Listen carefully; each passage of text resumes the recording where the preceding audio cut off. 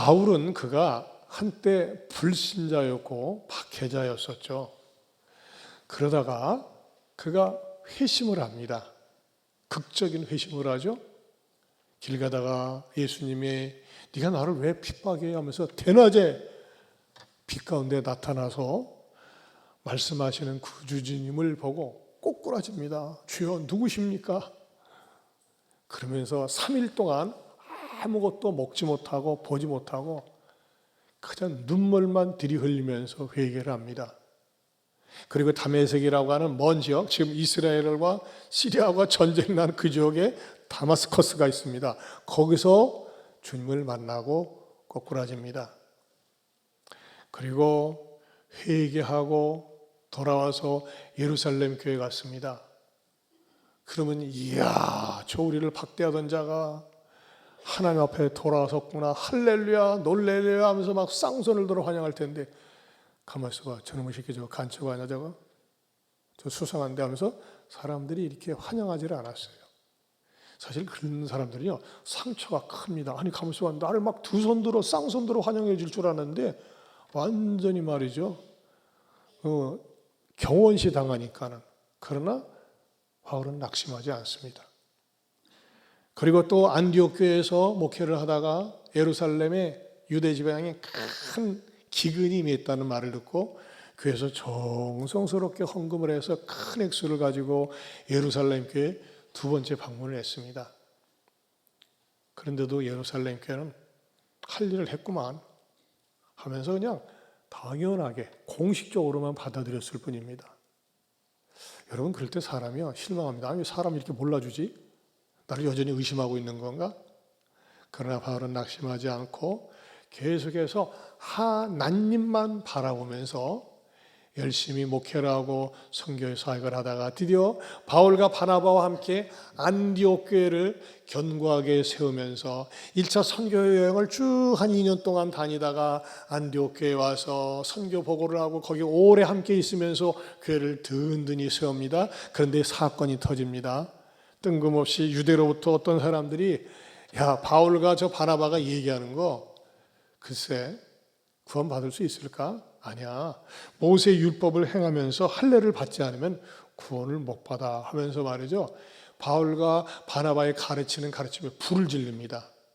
그때 바울과 바나바는 견딜 수 없어가지고 막 대판 싸우듯이 경론을 벌입니다.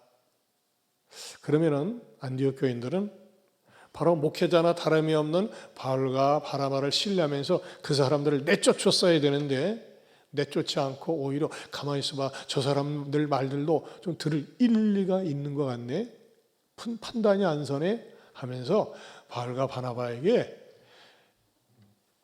예루살렘 교회로 신부를 보냅니다. 답 좀 찾아오라고. 자, 바울과 바나바는 세 번째 예루살렘 교회를 갑니다. 몇 킬로라고 그랬어요?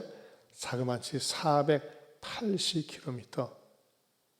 첫 번째 방문 때, 두 번째 방문 때 크게 환영받지 못했던 바울은 세 번째 방문했을 때는 기다렸다는 듯이 그들의 보고를 받아들고 얼마나 환영해주고 기뻐해 주었는지 모릅니다.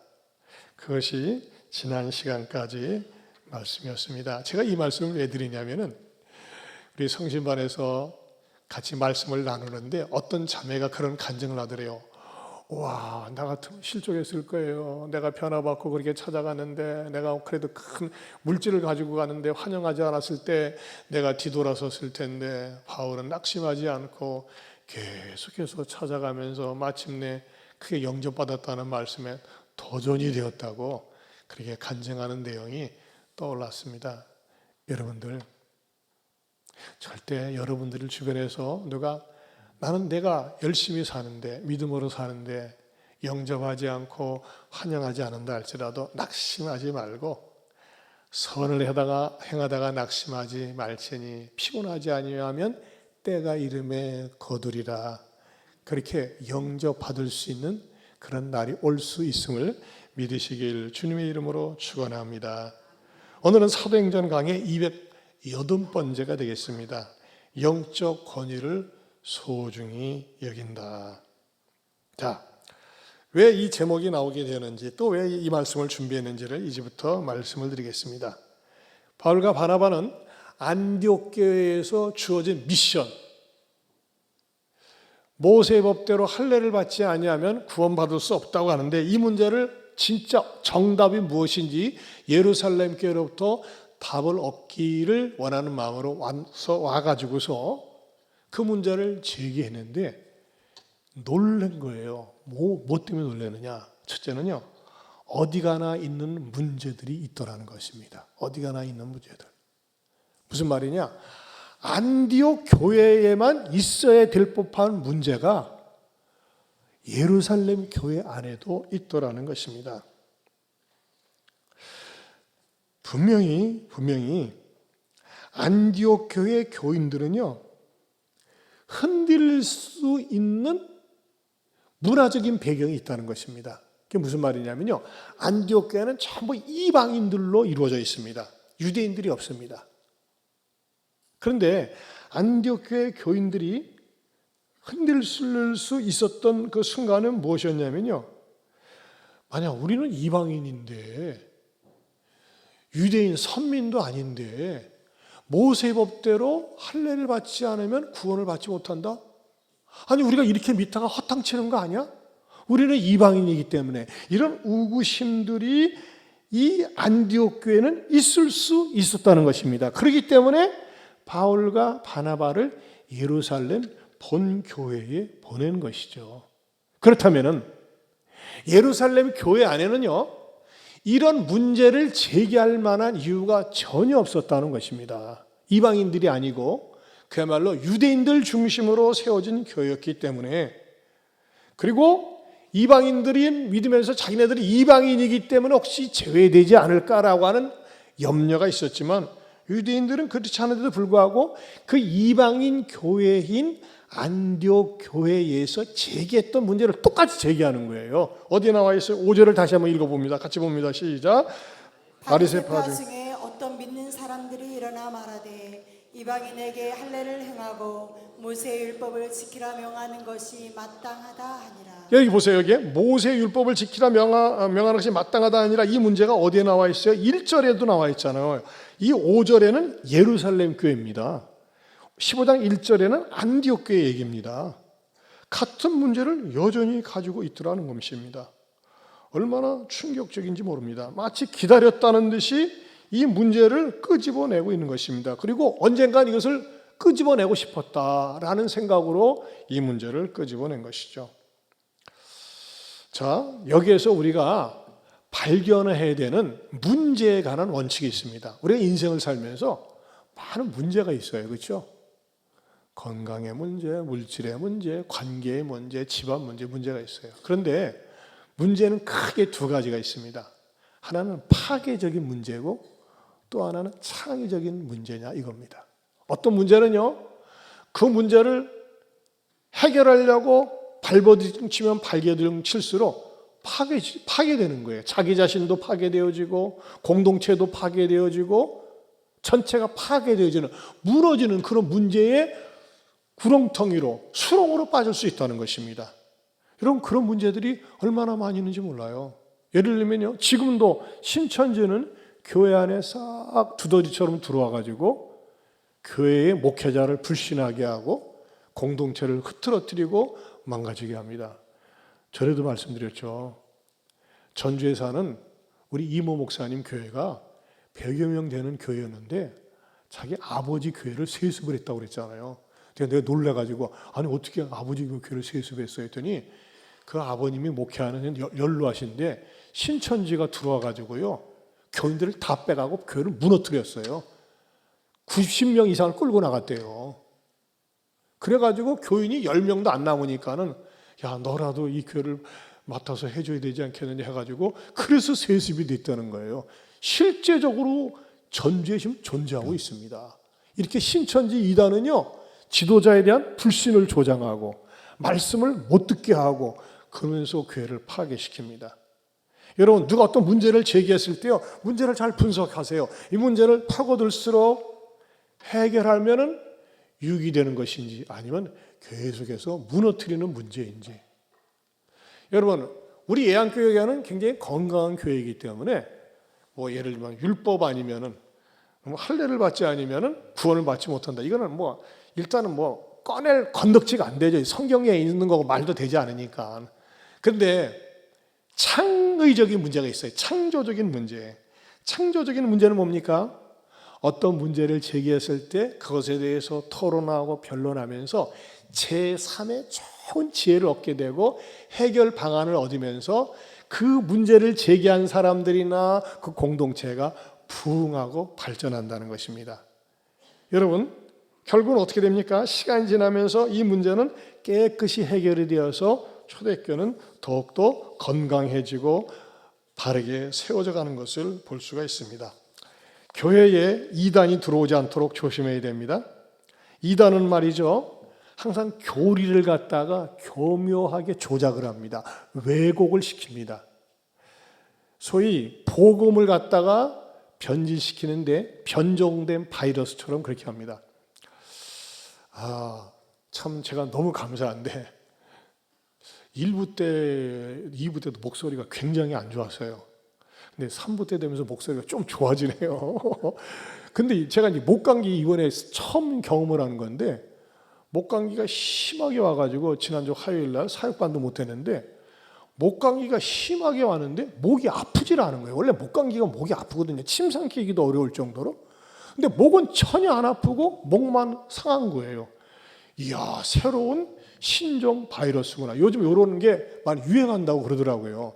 마찬가지로 복음도 신종 새로운 이단의 바이러스가 들어가가지고 복음을 변절시키고 왜곡시키면서 그 개인을 망가뜨릴 수 있다는 것입니다. 여러분, 저나 여러분이나 우리가 신앙이 무너지지 않고 왜곡되지 않고 변질되지 않고 망가지지 않고 망할 수 있는 가장 중요한 바로미터가 있다면 뭘까요? 그거는요, 사도신경을 정확하게 고백할 수 있고 그대로 믿으면은 그 사람은 결코 흔들리지 않은, 변질되지 않은 건강한 신앙이라고 하는 것입니다. 여러분, 사도신경은요, 창세기서부터 계시록까지 신앙을 갖다가 아주 에센스, 가장 중요한 교리를 갖다가 쫙 요약해서 내놓은 것이 사도신경입니다. 그런데 어떤 분들은요, 사도신경을 하자고 하면 눈을 감고 하는 분이 있어요. 여러분, 사도신경은 신앙 고백입니다. 고백. 여러분, 고백을 할 때, 사랑 고백할 때 눈 감고 하나요? 당신 사랑해요. 아니요, 눈을 뜨고 합니다. 그래서 여러분, 사도신경을 고백할 때는요, 눈을 뜨고 가능한 큰 목소리를 하는 것이 좋습니다. 그럴 때요, 사도신경을 고백하면서 내 믿음이 다시 한번 확인되어지고 다짐되어지는 겁니다. 우리 다시 한번 사도신경 보고서 하는 겁니다. 큰 목소리로 눈을 뜨고 하는 겁니다. 눈 감지 마시고 시작. 나는 전능하신 아버지 하나님 천지의 창조주를 믿습니다. 나는 그의 유일하신 아들 우리 주 예수 그리스도를 믿습니다. 그는 성령으로 잉태되어 동정녀 마리아에게서 나시고 본디오 빌라도에게 고난을 받아 십자가에 못 박혀 죽으시고 장사되지 사흘 만에 죽은 자 가운데서 다시 살아나셨으며 하늘에 오르시어 전능하신 아버지 하나님 우편에 앉아 계시다가 거기로부터 살아있는 자와 죽은 자를 심판하러 오십니다. 나는 성령을 믿으며 거룩한 공교회와 성도의 교제와 죄를 용서받는 것과 몸의 부활과 영생을 믿습니다. 아멘. 여러분 이 사도신경의 고백이 나의 것으로 환영하고 영접하고 받아들이십니까? 그렇다면 건강한 그리스도인이에요. 이 사도신경은요, 창세기에서부터 계시록까지 66권을 딱 축약시켜 놓은 거예요. 나는 기도를 하고 싶은데 기도가 잘 안 돼요. 어떻게 하면 기도를 잘 할 수 있을까요? 그럴 때는요, 사도신경을 인용해서 기도하세요. 그러면 기도가 술술술 풀립니다. 사도신경을 반복해도 괜찮습니다. 고백이니까, 하나님께 대한 고백이니까 그러면서 기도가 된다는 것입니다. 여러분, 저도 그렇고 여러분도 그렇고 우리가 신앙생활하면서 하나님의 말씀을 더하거나 빼면서 하나님의 재앙을 더 맞거나 저주를 더 받는 불행한 인물이 한 사람도 없기를 바랍니다. 그래서 요한계시록 22장 18절에서 19절에 이렇게 말씀하고 있습니다. 같이 보겠습니다. 내가 이 두루마리의 예언의 말씀을 듣는 모든 사람에게 증언하노니 만일 누구든지 이것들 외에 더하면 하나님이 이 두루마리에 기록된 재앙들을 그에게 더하실 것이요 만일 누구든지 이 두루마리의 예언의 말씀에서 제하여 버리면 하나님이 이 두루마리에 기록된 생명나무와 및 거룩한 성의 참여함을 제하여 버리시리라. 네, 얼마나 무섭습니까? 어떤 사람들은요, 교회 다닌다고 하면서 예수 믿는다고 하면서 재앙을 계속 더하는 데 다니고 있어요. 또 이 재앙뿐만 아니라 저주를 받는 거예요. 여러분, 정말 우리가요 신앙생활 하면서요 건강한 교회에 다니는 거 축복 중에 축복인 줄로 믿습니다. 두 번째로는 영적인 권위를 소중하게 여겼다고 하는 것입니다. 영적인 권위를 소중하게 여겼다. 안디교회의 교인들은요, 뜻밖의 문제가 교회 내에 발생했을 때 자기네들이 자체적으로 해결할 수 없음을 깨달았어요. 그래서 복음의 원류인 예루살렘 교회에 바나바와 바울과 몇 사람을 보냈습니다. 그리고 거기 가서 답을 얻어오세요 하면서 그들을 보냈어요. 그리고 그들이 가서 사역을 보고하고 얘기했을 때 누가 영접했습니까? 15장 6절을 한번 읽어보겠습니다. 같이 읽어봅니다. 시작. 사도와 장로들이 이 일을 의논하러 모여. 자, 여기에 사도와 장로들이에서 사도에 대가 동그라미 치세요. 사도. 이게 굉장히 중요한 개념인데요. 얼핏 읽어보면요, 사도와 장로들이라고 했을 때 동격인 것처럼 보입니다. 그러나 유태인들의 문화적인 사고 방식 속에는 유태인들은 항상 사람의 이름을 기록할 때 그 사람의 이름이나 호칭의 순서가 일종의 서열을 의미했다고 하는 것입니다. 무슨 말이냐면 좀 더 중요한 역할을 누가 맡았을 때, 중요한 일을 할 때 그 사람을 다른 사람의 이름보다 앞에 두었다고 하는 것입니다. 예를 들면요, 안디옥 교회에서 선교사를 파송할 때 누구부터 세워줍니까? 사도행전 13장 2절을 보겠습니다. 같이 봅니다. 주를 섬겨 금식할 때 성령이 이르시되 내가 불러 시키는 일을 위하여 바나바와 사울을 따로 세우라 하시니. 자, 여기서 누구를 앞세웠어요? 바나바를 앞세웠습니다. 그 다음에 사울이 등장하죠. 또 어떤 일이 일어납니까? 말씀드린 것처럼 루스드라에 가서 그 바울과 바나바가 사역을 하면서 오랜 세월 동안 일어서지 못했던 중증 장애인을 일으켜 세웠을 때에 그들을 신으로 숭배하려고 하니까는 두 사도가 어떤 반응을 보입니까? 14장 14절입니다. 같이 보겠습니다. 두 사도 바나바와 바울이 듣고 옷을 찢고 무리 가운데 뛰어 들어가서 소리 질러. 자, 여기도 누가 앞서요? 바나바와 바울이 앞에, 바나바가 바울보다 앞에 나온다는 것입니다. 그리고 본격적인 사역을 시작할 때는 순서가 이렇게 바뀝니다. 15장 2절을 보겠습니다. 같이 봅니다. 바울 및 바나바와 그들 사이에 적지 아니한 다툼과 변론이 일어난지라. 형제들이 이 문제에 대하여 바울과 바나바와 및 그 중에 몇 사람을 예루살렘에 있는 사도와 장로들에게 보내기로 작정하니라. 여기서는 누가 앞에 등장합니까? 바울이 등장합니다. 한마디로 얘기해서 그 주어진 역할과 상황이 누가 더 중요하느냐에 따라서 앞에다가 바울이냐 바나바냐, 바나바냐 바울이냐 이렇게 넣은 것처럼 오늘 예루살렘 교회에 문제를 가지고 왔을 때 맨 먼저 누가 등장한다고요? 사도가 등장한다고 하는 것입니다.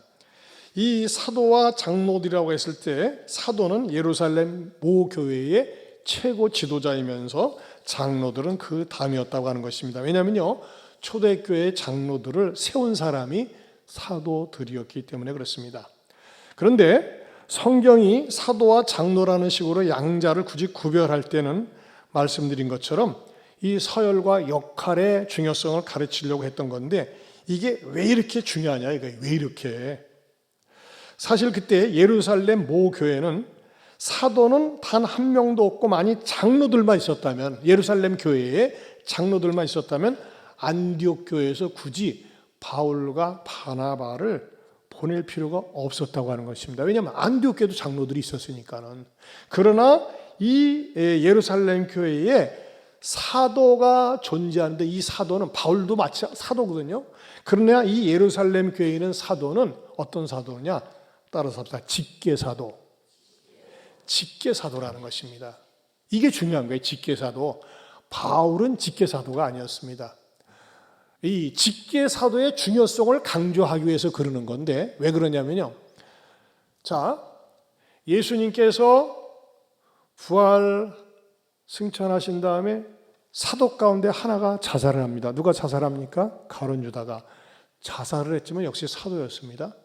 그런데 가룟 유다가 자살했을 때에 초대교회에서 모인 자리에서 12명의 숫자를 채우기 위해서 우리가 사도를 하나 뽑아야 되겠습니다 하면서 사도를 뽑을 때 사도의 자격 요건을 갖다가 공포합니다. 누가 사도의 자격이 될 수 있느냐? 그것을 사도행전 1장 21절에서 22절에 이렇게 말씀하고 있습니다. 같이 봅니다. 이러함으로 유언의 세례로부터 우리 가운데서 올려져 가신 날까지 주 예수께서 우리 가운데 출입하실 때에 항상 우리와 함께 다니던 사람 중에 하나를 세워 우리와 더불어 예수께서 부활하심을 증언할 사람이 되게 하여야 하리라 하거늘. 여러분, 오늘 여러분이 이걸 새롭게 깨달으실 수 있을 거예요. 우리는요, 일반적으로 뭘 알고 있어요? 예수님은 12 제자를 뽑아서 12 사도를 택하시고 12 사도하고만 다녔다라고 하는 것이 일반적으로 알고 있어요. 그렇죠? 근데 여기 성경에 보니까 어떤 줄 아세요? 항상 우리와 함께 다니던 사람 중에 하나를 세웠다 그랬어요. 이 말씀은 무슨 말씀이에요? 예수님께서 12 제자를 데리고 다니면서 제자 훈련을 시키고 사도로 세웠는데 예수님이 다니실 때는 12 제자뿐만 아니라 예수님을 따라다니던 많은 사람들이 있었다고 하는 것입니다. 심지어는 예수님께서 요한에게 세례를 받던 그 현장서부터 쭉 따라다니면서 어떤 마음을 가지고 있었어요? 야, 저 12 사도 부럽다. 나도 저 사도 속에 들어가면 얼마나 좋을까라는 부러움과 갈망을 가지고 따라다녔던 많은 뜻밖의 제자들이 12 사도 외에 많이 있었다고 하는 것입니다. 그렇기 때문에 그 12 사도 외에 많은 사도들이, 제자들이 있었기 때문에 그 제자들 가운데서 투표를 해가지고 마띠아라고 하는 사도를 뽑아서 12 제자 속에, 사도 속에 편입시킨다고 하는 것입니다. 그만큼 말이죠. 예수님의 12 사도는 권위가 있었어요. 그냥 단순한 수업을 한 것이 아니라 3년 동안 예수님을 따라다니면서 생활하면서 먹고 자면서 교육을 받으면서 예수님이 누구신지 보았고 들었고 느꼈고 체험했던 그 제자들을 통해서 답을 얻기로 안 한 거예요. 정말 우리가 모세 율법대로 전통대로 할례를 받아야지만이 구원을 받는 거야? 아니면은 당신의 예수님과 직접 생활했고 모든 것을 같이 맛보았던 당신들의 입을 통해서 정답을 줘. 그 정답은 뭐였어요? 역시나 예수 그리스도만이 유일한 구원자시요 하나님이시며 예수님밖에는 구원이 없다는 사실을 나중에 전체적으로 공론화되어지고 그것이 공의회가 형성이 되어서 결정을 하게 된다고 하는 것입니다. 여러분, 여기에서 배울 수 있는 중요한 진리가 뭡니까? 교회의 지도자는요, 적당한 훈련이 되어서는 안 된다는 겁니다. 방금 말씀드렸잖아요. 예수님 자신의 12 제자 외에 저 그룹 속에 들어가고 싶었던 오랜 세월 동안 함께 다녔던 사람들이 꽤 있었다고 하는 것입니다. 여러분은 그런 의미에서 교회 지도자는 제대로 신학 훈련을 받아야 돼요. 여러분, 적어도요, 강단에 서서 말씀을 가르치고 성도들을 영적으로 지도하고 인도하려면 정규적인 체계적인 신학 수업을 받아야 됩니다. 그리고 적어도 객관적으로 인정될 수 있는 좋은 지도자 밑에서 훈련받은 그 훈련의 검증이 있어야 돼요. 죄송합니다만 저는 그런 지도자 가운데 하나입니다. 여러분, 얼마나 중요한지 몰라요. 지금은 얼마나 엉터리 신학교, 그 속성과로 신학교를 졸업하고 말이죠. 그러면서 신학했다고 하면서 얼마나 신학계를 혼탁하게 하고, 여러분 계속 문제 일으키는 정광은 이 사람은 정통신학자가 아니에요. 이번에도 막 얼마나 전화가 많이 왔는지 몰라요. 우리하고는 신학이 달라요. 차원이 달라요. 제대로 된 신학을 하는 사람은요, 그런 행동을 갖다가 할 수가 없습니다. 여러분, 그렇기 때문에 우리가 영적인 지도자들이 제대로 신학 수업을, 신학적인 체계적인 공부를 하고 훈련을 받고 연단을 받았을진데, 그러한 주의 종들을 여러분들이 귀하게 여길 줄 알아야 됩니다. 이게 바로 영적인 권위라는 거예요. 그래서 성경은 가르쳐주고 있어요. 디모데전서 5장 17절 말씀 같이 보겠습니다. 같이 봅니다. 잘 다스리는 장로들은 배나 존경할 자로 알되 말씀과 가르침에 수고하는 이들에게는 더욱 그리할 것이니라. 네, 잘 다스리는 장로들은 배나 존경할 줄 알되 무엇보다도요, 말씀과 기도 가르침에 수고하는 이들에게는 더욱 그리할 것이라 그랬어요. 여러분, 저는 제가 여러분에게 존경을 의도적으로 받고 싶어서 그러는 건 아니에요. 하지만 여러분 이거 하셔야 돼요. 말씀을 가르치는 주의 종들에 대해서 존경하는 마음, 귀하게 여기는 마음을 갖지 않고 말씀을 듣지 않으면요, 절대 은혜를 받을 수가 없습니다. 그래서 여러분은 목사들에 대해서 가족끼리 하면서 어느 목사, 어느 전도사, 어느 부목사 이렇게 쉽게 얘기하지 마세요. 부목사님도 어느 부목사님, 또 여전사님도 어느 여전사님 하면서 존중하는 태도를 가질 때 그 전도사님이나 부목사님이나 또는 담임목사나 말씀을 전할 때 여러분들이 은혜가 되는 것입니다. 여러분, 아이들이 학교에 가서 스승을, 교사를 함부로 얘기하고 막말을 해서 그 아이들이 제대로 교육을 받겠어요? 스승에 대해서, 선생님에 대해서 존중하는 태도를 가져야 됩니다. 여러분, 교회에서도 교회 교사가 있습니다. 말씀을 가르칩니다. 자원봉사합니다. 여러분, 교회 학교 교사가 얼마나 귀한지 아십니까? 학교 교사도 소중하고 학원 교사도 소중하지만은 교회에서 말씀을 가르치는 교사들은 여러분의 양떼들을 위해서, 어린 영혼들을 위해서 기도하는 교사들입니다. 이런 교사들을 소중히 여길 수 있어야 됩니다. 교회에서 소그룹에서 말씀을 가르치는 순장들, 부순장들 귀하게 여길 줄 알아야 됩니다. 그래야지만이 여러분들이 영적으로, 신앙적으로 건강하게 자랄 수가 있고 복을 받을 수 있다고 하는 것입니다. 바라기는 우리 교회 안에서 영적인 권위를 소중히 여기면서 여러분들이 말씀을 받아들일 때 아멘으로 잘 흡수하여 믿음이 성장할 수 있도록 있기를 축원합니다. 세 번째로는요, 권위 있는 존재가 필요하다는 것입니다. 권위 있는 존재가 필요하다. 예루살렘 교회는 뭐가 있었어요? 권위가 있었어요. 그러니까 저 멀리 480km 떨어진 곳에서 예루살렘 교회 가서 답을 얻어오라고 한 것 아니겠습니까? 여러분, 저는 이 말씀을 묵상하면서 우리가 인간사회에 살면서도 권위가 필요하다고 생각이 됩니다. 남편으로서의 권위, 엄마로서의 권위, 아내로서의 권위, 부모로서의 권위 있어야 되는 것 아닙니까? 권위가 무너진 사회는요, 곧 붕괴됩니다. 여러분, 권위와 권위주의는 차이점이 있습니다. 권위란 무슨 뜻일까요? 권위라는 건요, 사전적 의미로는 다른 사람을 통솔하여 이끄는 힘입니다. 여러분, 누가 무슨 말을 했을 때 상대방이 귀담아 들어주고 존중해주고 받아주는 거, 그게 바로 권위입니다. 힘이 있기 때문에 받아주는 거 아니겠어요? 그러나 여러분, 권위주의는 다릅니다. 권위주의의 사전적인 의미 한번 같이 읽어볼까요? 읽어보겠습니다. 일반적인 사실이나 상대의 의견은 무시한 채 기존의 권위에 기대어 사람을 대하거나 사태를 바라보는 사고방식이나 행동 양식. 여러분, 어떤 사람이 권위주의에 사로잡혀 있습니까? 나 돈 좀 있는데, 힘 좀 있는데, 빽 있는데, 권력 있는데 나한테 잘 보여야 돼. 나한테 말 잘해야 돼. 고분고분해야 돼 하면서 위세를 부립니다. 그리고 상대방이 무슨 말을 해도 무시하고 시끄러워, 내 말대로 해 하면서 받아들이지 않습니다. 여러분, 이런 사람들은 절대 존경을 받지 못합니다. 돈은 좀 가지고 있다고 해서 상대방이 그 돈 때문에 인사를 할지 몰라도, 지위가 높아가지고서 그 지위 때문에 사람이 굽실거릴지 몰라도 속으로는 그 사람을 경멸한다는 것입니다. 여러분, 저희들은 저나 여러분이나 권위주의자가 아니라 내가 가지고 있는 독특한 권위, 섬김의 권위, 베품의 권위, 겸손의 권위 때문에 여러분들이 더욱더 쓰임받고 존중이 여김 받을 수 있기를 축원합니다. 여러분, 참 안타까운 것은요, 권위가 무너진 사회는요, 불을 보듯이 뻔합니다.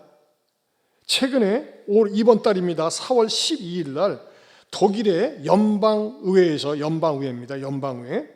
미국의 연방의회나 다름이 없죠. 연방의회에서 4월 12일 날 결정을 했어요. 무슨 결정을 했느냐? 법원의 허가 없이 자신의 남녀 성별과 이름을 스스로 바꾸는 내용인데, 성별 등록 자기결정법 제정안을 찬성 374표, 반대 251표, 기권 11표로 결정을 했습니다. 무슨 말이냐면요, 독일에서, 선진국 아닙니까? 독일에서 만 14세 중학생 정도 되면요, 내가 남자인지 여자인지 결정할 수 있는 결정권이 나한테 있다는 거예요. 무슨 말이냐? 나는 남자로 생겼는데 나는 있잖아, 립스틱 바르고 싶고, 나는 소꿉장난하고 싶고, 나는 말이지 여자들이 좋아, 나는 내 속에 여자가 있나 봐. 그래가지고 호적에다 나는 여자 이렇게 기록할 수 있다는 거예요. 그거에 법원의 허락 없이 자기 스스로가 결정할 수 있는 결정권이 만 14세가 되면은 할 수 있다고 한 거예요.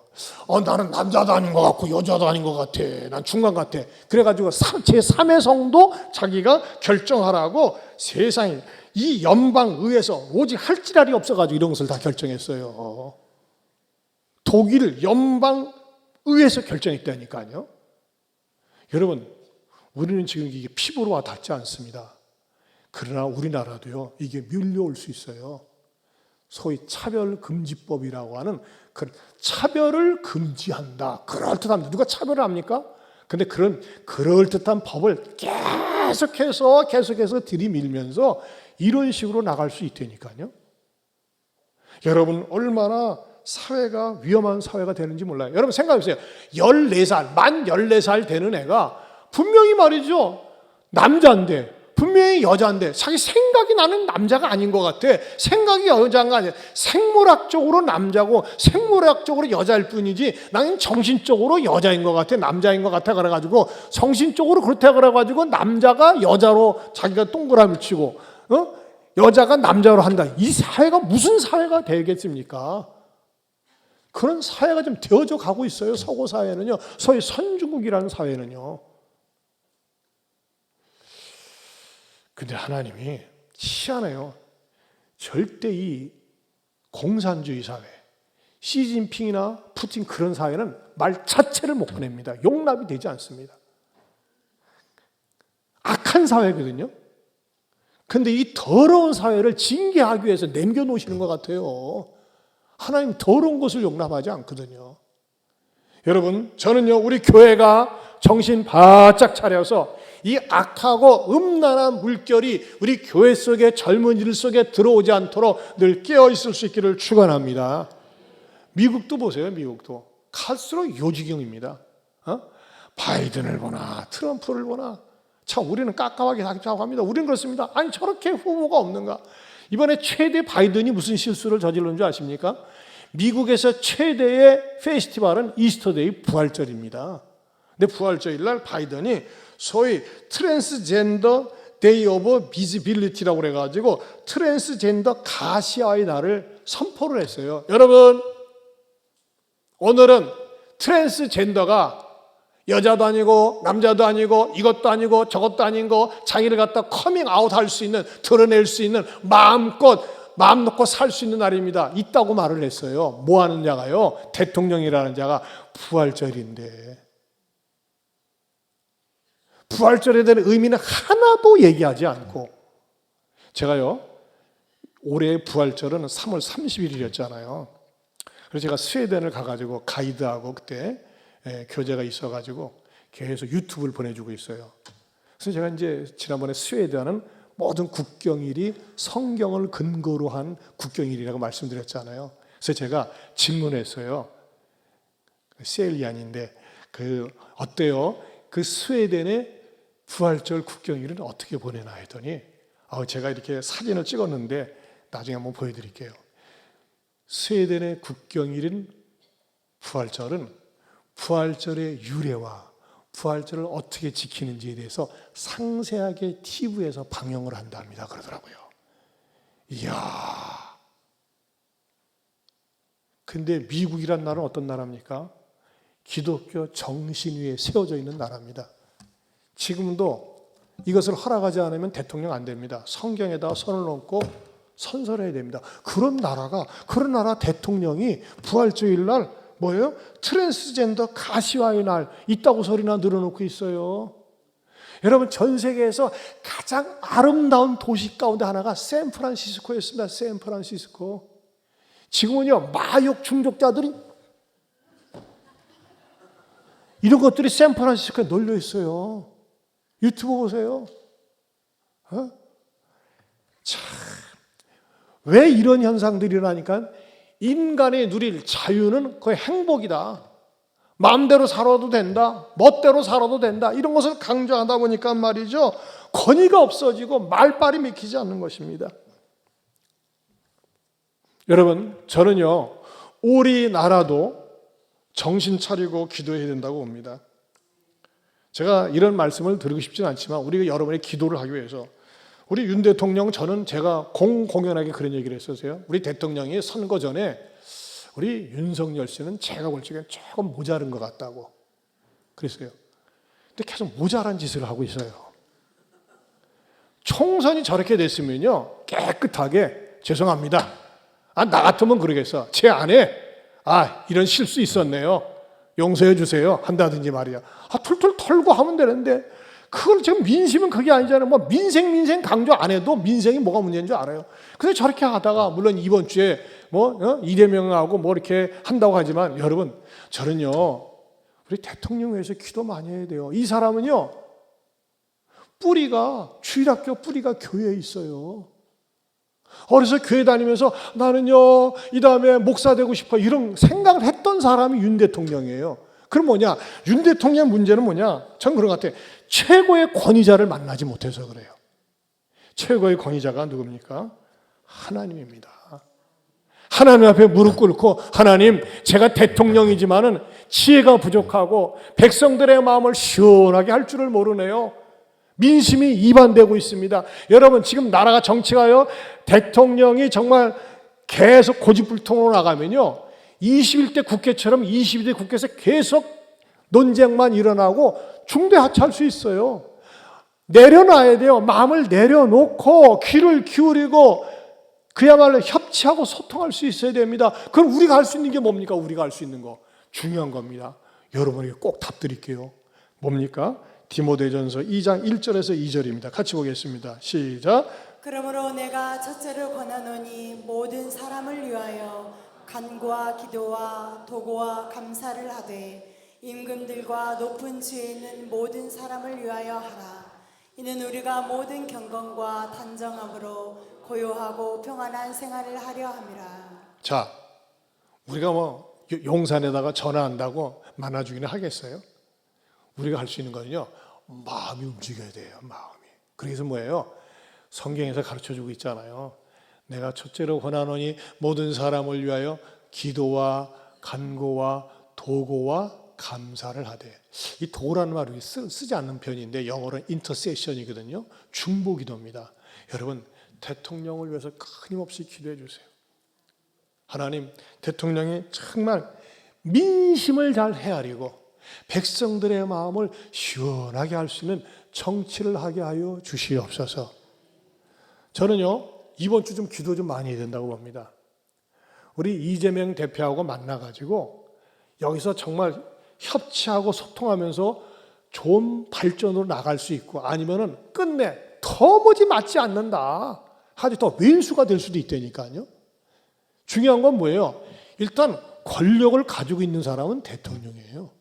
그럼 일단 귀를 기울여야 돼요. 귀를 기울이고 수용할 건 수용하고 양보할 것은 양보를 해야 됩니다. 여러분들이 대통령이 양보하고, 저는 그러지 않습니까? 지금 의혹과의 갈등도 그냥 배짱만 튕기지 말고 양보할 수 있는 건, 여러분 양보해서 나쁜 게 뭐가 있습니까? 왜? 일단은 대통령이 갑이잖아요. 갑. 권력을 가지고 있는 자기 때문에 양보할 수 있어야 되는데 우리는 답답하기 짝이 없습니다. 그러나 저는 설교를 준비하면서 그랬어요. 그래도 하나님이 주권 속에서 세운 거 어떡하겠어요? 대통령이 마음의 문을 열고 수용할 건 수용하고 받아들일 건 받아들이면서 이 대한민국을 건강하고 좋은 나라로 세워갈 수 있도록 우리 사랑하는 성도 여러분 기도해 주시기 바랍니다. 에? 여러분 정말 대통령을 위해서 기도해야 돼요. 간절히 기도해야 됩니다. 저는 얼마나 간절히 기도가 되어지는지 몰라요. 더 나아가서 여러분, 우리가 일상적인 삶을 살면서도 권위를 세워주고 권위를 인정할 수 있어야 됩니다. 저는 이제 주일날 예배 마치면은 VIP실에서 새 가족하고 이렇게 식사를 한 다음에 식당을 쭉 다니면서 성도들에게 두루두루 인사를 하고 인사를 합니다. 그리고 이제 갤러리에 들어와서 또 앉아 있는 분들 인사를 하는데, 인사를 하다가 이쪽 구축에 가서 인사를 하는데, 우리 어느 권사님이 소리를 꽤 지르는 거예요. 아니 목사님이 오시는데 어떻게 이렇게 앉아서 인사를 받냐고 소리를 꽤 지르니까 그 앉아있던 분들이 무안해가지고 벌떡 일어나서 인사를 해요. 저도 괜히 미안하고. 근데 저는 솔직히 시원했어요. 여러분, 나보다 나이 많은 윗사람이 오면은 일어서서 인사하는 게 뭐예요? 인사만 잘해도 사랑받고 형통합니다. 여러분, 저는요 교회 개척하고 지금까지요 주일날 강대상에 앉아 있다가 기도하러 오는 분 보면요 항상 제가 일어서서 영접을 합니다. 대표 기도하러 오시는 분은 99%가 저보다 나이가 어립니다. 저는 앉아 있어서 그냥 와서 앉으라고 해도 돼요. 그래서 제가 일어서서 그분이 앉을 때까지 다 기다립니다. 왜 그런 걸까요? 기도의 권위를 인정하는 거예요. 기도자의 권위. 이분은 대표 기도하는 분이시지. 그분의 권위를 인정해 드리는 거예요. 어떻게 보기 좋지 않습니까? 여러분, 여러분의 권위 주변에서 인정해 드리세요. 남편의 권위 늘 말씀드리잖아요. 남자는요 권위가 뭉개지면 살 맛을 잃어버려요. 이 돈도 못 벌어오는 주제에 여러분 그 말 한마디 들으면 죽고 싶습니다. 그렇게 돈 못 벌어온다고 무시하지 말고 남편의 권위를 존중해주고, 여러분 아내는 집안 살림에 책임감이 있어요. 아내의 권위를 존중해 주세요. 그 권위를 어떻게 존중해 주는 거예요? 말 한마디라도 따뜻스럽게 해주고, 부모의 권위를 존중해 주고, 또 자녀는 자녀들의 권위를 인정해 줘야 됩니다. 권위가 있어야지만 이 사회가 건강한 사회가 되는 것입니다. 무엇보다도 우리들의 삶 가운데서는 가장 높여드려야 될 권위가 누굽니까? 하나님의 권위입니다. 여러분, 하나님의 권위를 무너뜨리면요 다 무너집니다. 늘 주의 전에 살면서 하나님의 권위를 우습게 여긴 인간들이 있었습니다. 엘리 제사장의 아들들입니다. 이들은 제사장의 아들들이라고 하면서 말이죠 교회에서 함부로 행동하고 예배를 우습게 여기고 하나님을 경멸했습니다. 그때 하나님께서 이들에게 어떻게 저주를 하시는 줄 압니까? 사무엘상 2장 30절입니다. 같이 보겠습니다. 같이 봅니다. 그러므로 이스라엘의 하나님 나 여호와가 말하노라. 내가 전에 내 집과 내 조상의 집이 내 앞에 영원히 행하리라 하였으나 이제 나 여호와가 말하노니 결탄코 그렇게 하지 아니하리라. 나를 존중히 여기는 자를 내가 존중히 여기고 나를 멸시하는 자를 내가 경멸하리라. 여러분 이거 아세요? 하나님이라는 분은요 목석이 아니에요. 목석이 아니라니까요. 하나님이라는 존재는요 비인격이 아니에요. 하나님은요 인격자세요. 여러분 인격자라는 말은 무슨 말입니까? 상대적이라는 겁니다. 우리 사람이라는 건요 내가 호의를 가지고 잘해주는 것만큼 나도 받은 호의만큼 잘해주고 싶어요. 나를 존중해주는 것만큼 나도 존중해주고 싶어요. 나를 무시합니까? 내가 그 사람을 왜 존중합니까? 이게 상대적이라는 거예요. 근데 여러분, 하나님을 존중하는 자를 우리 하나님께서는 존중히 여긴다고 그랬어요. 그러면 하나님을 존중해 드리는 최고의 표현이 뭡니까? 예배입니다. 하나님이 가장 좋아하는 말이 뭘까요? 찬양입니다. 근데 산부 예배 나오는 사랑하는 존경하는 성도 여러분, 지각하는 건 하나님께 대한 예의가 아닙니다. 여러분, 찬양은요, 설교를 듣기 전에 드리는 말이죠, 분위기를 만드는 조장행위가 아닙니다. 찬양 자체가 예배입니다. 왜 찬양을 통해서 위로만 받으려고 하십니까? 하나님 위로도 주십니다. 그러나 하나님은요, 찬양을 통해서 영광을 받기를 원하시는 거예요. 근데 저는요, 제가 마음이 가장 아픈 거는요, 습관적으로 지각하는 분들이 있어요. 요 근처에 사는데도 불구하고. 회개해야 됩니다. 하나님을 존중히 여기는 태도가 아닙니다. 하나님을 존중히 여기는 태도는 뭘까요? 미리 와서, 우리 어떤 새가족은요, 꼭 10분 전에 와서 주보 컬럼 읽어보고 주보 읽으면서 기도하고 예배를 위해서 기도하는데 얼마나 아름다운 태도인지 몰라요. 하나님 앞에 미리 와서 간절한 마음으로 예배드리고 찬양을 할 때도 말이죠, 간절한 마음으로 찬양할 때 하나님은 그 사람을 왜요? 존중히 여기세요.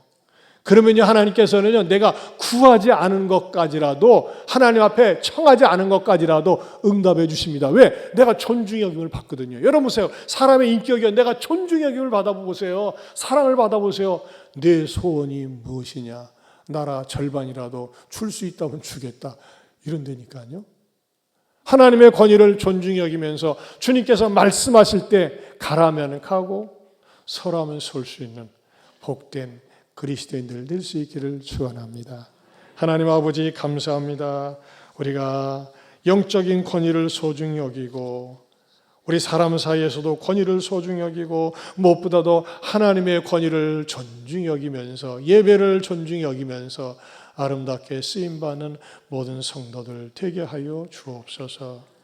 특별히 주님, 이번 주에 대통령과 야당 대표가 모처럼의 만남이 있는데 흉금을 터놓고 협치를 하고 소통을 하면서 우리가 생각하는 염려 근심거리를 내려놓고 좋은 나라로 발전하게 하여 주시옵소서.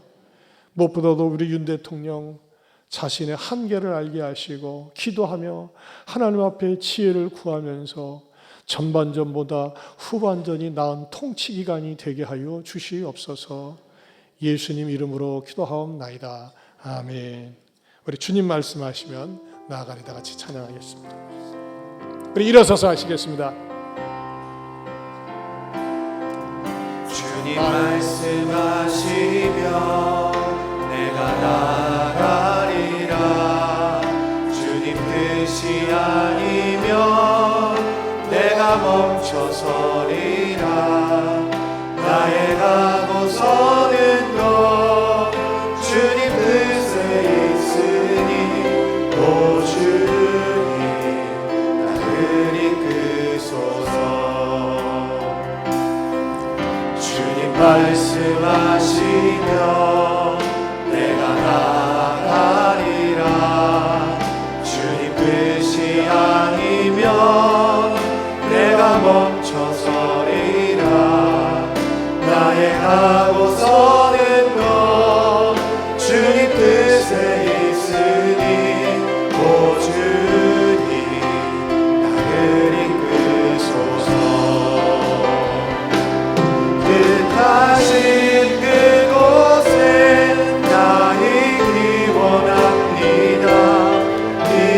이끄시는 대로 순종하며 살리니 연약한 내 영혼 통하여 일하소서. 주님 나라와 그 뜻을 위하여 오 주님 나를 이끄 뜻하신 그대로요. 뜻하신 그곳에 나 있기 원합니다. 이끄시는 대로 순종하며 살리니 연약한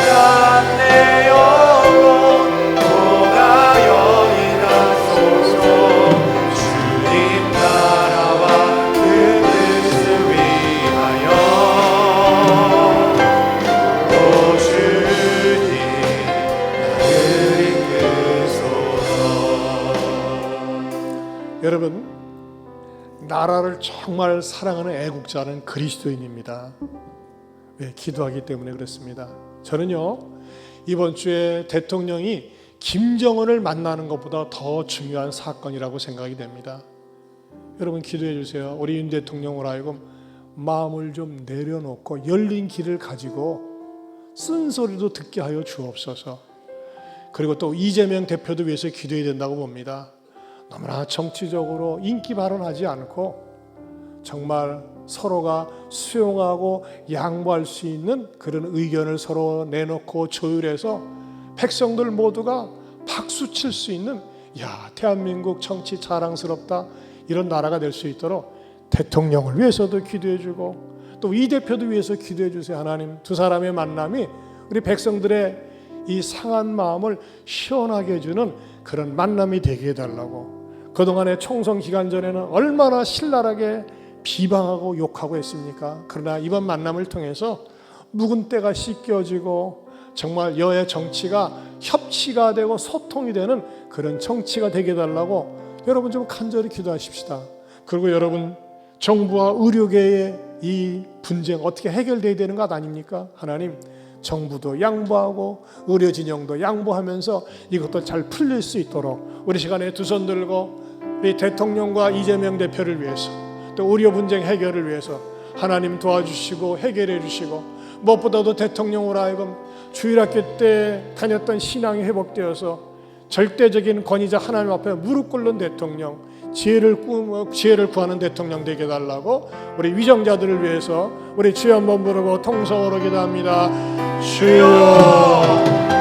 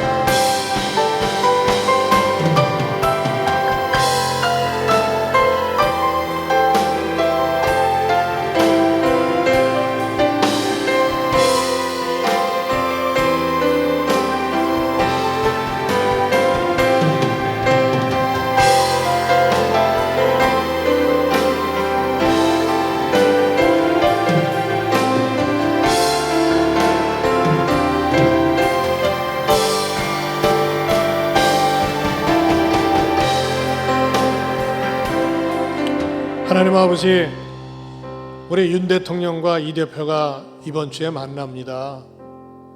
지난날에 묵은 감정은 내려놓고 정말 민생을 위한 것이, 민심이 무엇인지 서로 마음을 터놓고 이야기하게 하시고 소통하고 협치하는 그런 한 단계 발전하는 정치로 나가게 하여 주옵소서.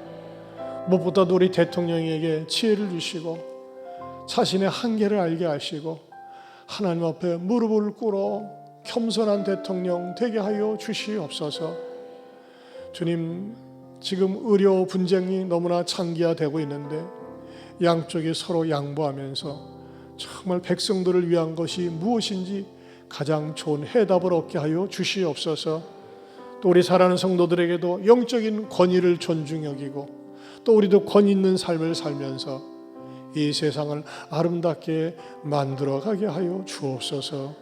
이제는 우리 주 예수 그리스도의 은혜와 하나님 아버지의 변함이 없는 사랑과 성령님의 감화감동 교통하심의 은혜가 영적인 권위를 소중히 여기면서 권위 있는 삶을 살겠노라고 다짐하는 모든 성도들 위해 영원토록 함께 있을지어다. 아멘.